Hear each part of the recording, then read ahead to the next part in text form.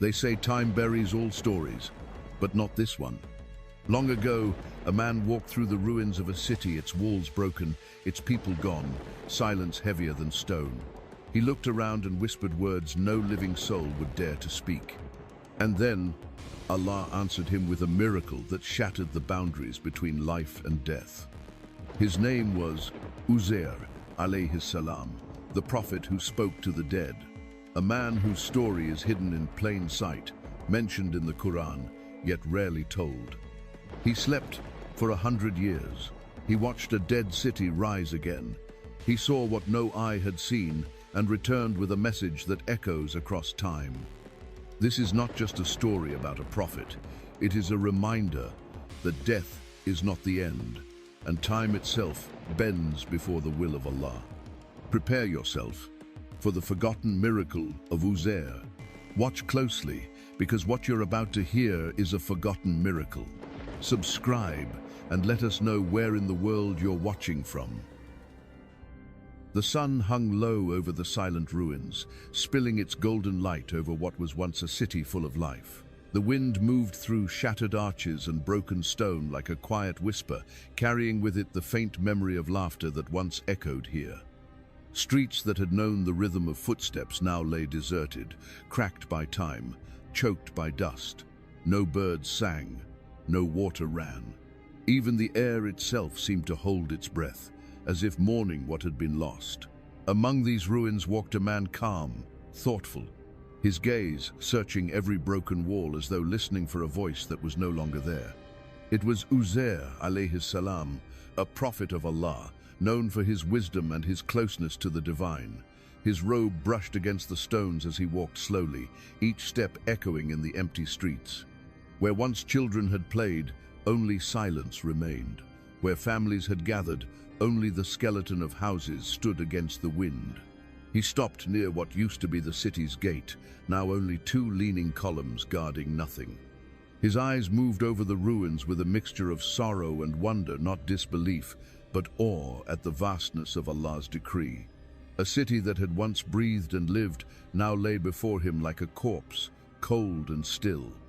The ground was cracked open, bones of both man and beast scattered across it like forgotten pages of a story. He knelt beside one of the stones, his fingers brushing over the faded marks on its surface. These walls had known prayers, markets, voices, and lives. But everything in this world returns to dust, except the word of Allah. His heart whispered what his lips soon spoke aloud, a soft voice carried on the wind. How will Allah bring this place back to life after its death? It was not a question of doubt. Uzair knew well the power of his Lord. It was a whisper of awe, the kind of wonder that lives between faith and silence. His voice fell into the stillness like a pebble into a lake, and the silence received it. Only Allah heard the depth of the thought behind those words. He looked at the remnants of homes and gardens, at the skeletal trees whose branches reached up as though still begging for rain, and he felt the weight of centuries pressing upon this place. A fig tree stood stubbornly at the edge of the ruins, one of the few things still alive, clinging to the earth as if it had made a promise to remain. He sat beneath it, placing down his small basket of figs and grapes and the reins of his donkey. Around him, the sun continued its slow descent, casting long shadows across the bones of a forgotten world. He leaned back against the rough bark and exhaled softly, his eyes still on the horizon.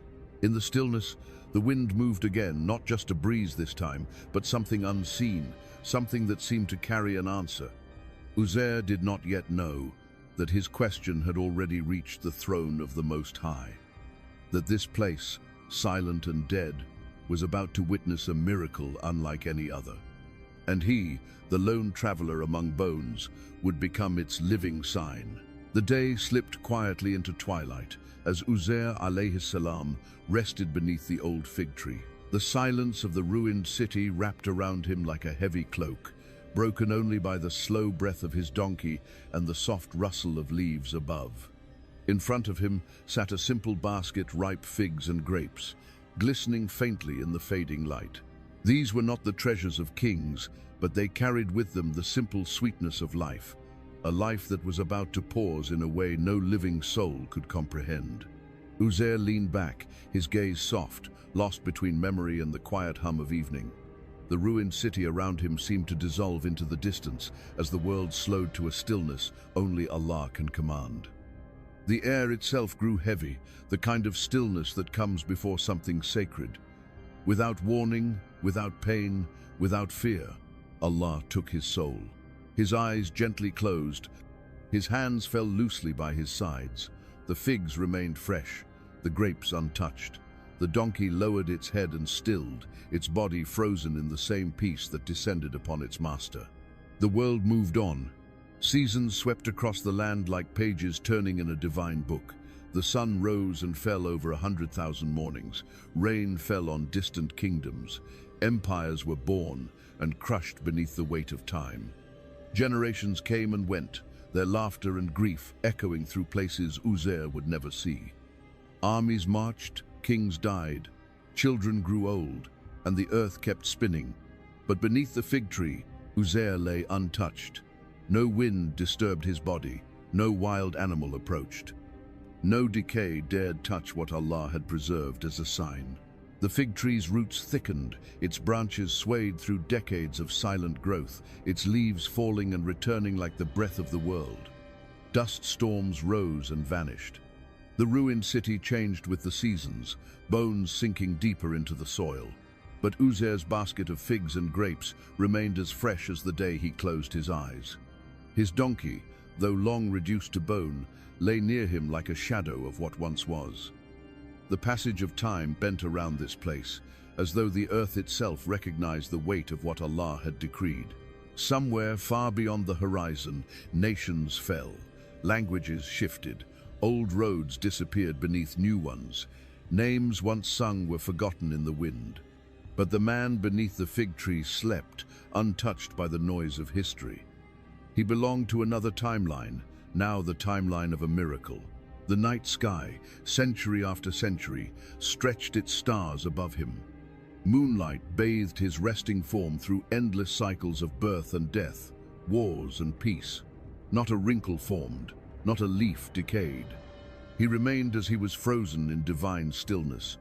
The city that once echoed with silence now lay beneath layers of time, but Uzair was still there, as if only a moment had passed. And then, as the 100th year began to whisper its way into existence, the command came from above. The one who causes death and gives life called him back. The same voice that stilled the world around him would now awaken it through him. Uzair's soul was about to return to a world he no longer recognized, and through him, the dead city would breathe again. The first breath came softly, like a breeze returning to a valley after a long and silent winter. 100 years had passed since Uzair, عليه السلام, had closed his eyes beneath the fig tree. And now, by the command of Allah, life returned to a body untouched by time. His chest rose gently, his fingers twitched against the cool earth. The air entered his lungs, filling them as though not a single day had passed. His eyes opened to a sky that was both familiar and strange. The fig tree above him was still there, but its branches were taller, thicker, older. Its roots dug deep into the ground like veins of memory. Sunlight filtered through its leaves, dappling his face in gold. For a moment, Uzair lay still, blinking, listening to the world breathe around him. The silence he had fallen asleep in was gone. It was replaced by something alive. He sat up slowly, his limbs light, his senses clear. His gaze swept across the land and his heart trembled. The desolate city he had once walked through was no longer a graveyard of bones. Where shattered walls had stood, homes now rose again.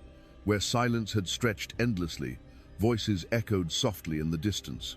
The same streets he had wandered were now alive with gardens, flowing water, and the scent of living earth. The city had awakened. He looked to his side. The basket of figs and grapes lay as fresh as the day he left them.